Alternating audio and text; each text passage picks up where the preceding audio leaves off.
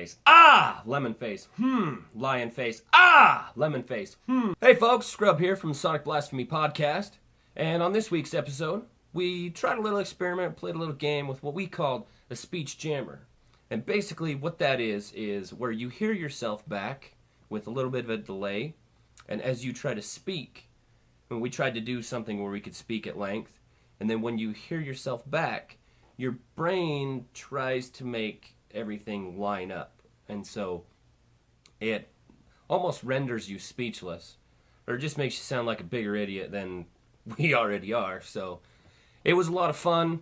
Here's a little taste of what we did, and if you want to hear the rest of it, check out this week's episode. I will put the link down below. So here we go. Alright, this is going to be bad. Super Del Shanzi, famous for his unusual, totally awesome computer commercials, is warning voters that if they vote for anyone other than him, they will face the judgments of God. The rest of his appeal to voters can be found in the Utah Officials Voter Information Pamphlet. But here's the full text. Righteousness can solve every problem in the world. God made a promise, as ye keep my commandments, ye shall prosper in the land. The vast majority in our state are murdering unborn children. You are against perversion and perversion of marriage. You are against more encroachment on your Second Amendment rights. The voice of the people and the Constitution are being utterly mocked. Vote Super Del Shanzi or face the judgments of God. If even one single state can return to freedom and the Constitution, the entire world will flow up to it.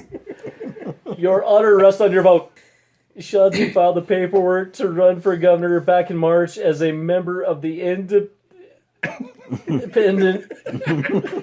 American Party. Gregory C. Durden is running as his lieutenant governor. Wow. Since his infamous commercials debuted, Shanzi has been in the news for a number of reasons, including when he was acquitted of brandishing a gun. He was also convicted of reckless driving and pleaded guilty to wildlife harassment. He's run for public office 2 other times, once for governor and once for mayor of Saratoga Springs. Okay, I finished the article.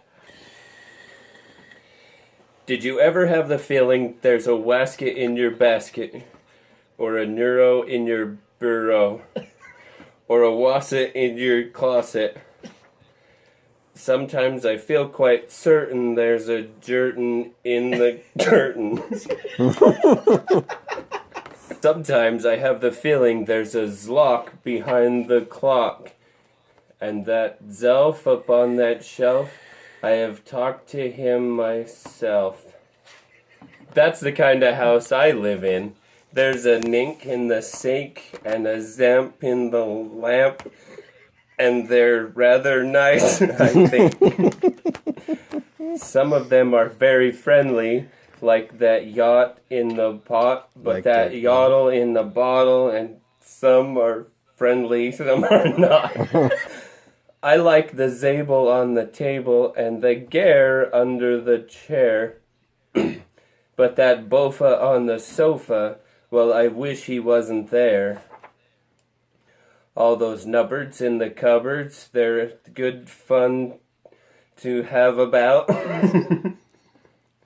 But that toothbrush on my toothbrush, without.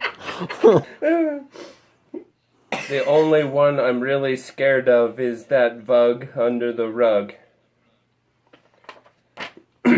And that Quimney up the chimney, I don't like him not at all. And it makes me sort of nervous when the Zal scoots down the hall. But the yeps on the steps, they're great fun to have around. And so are many, many other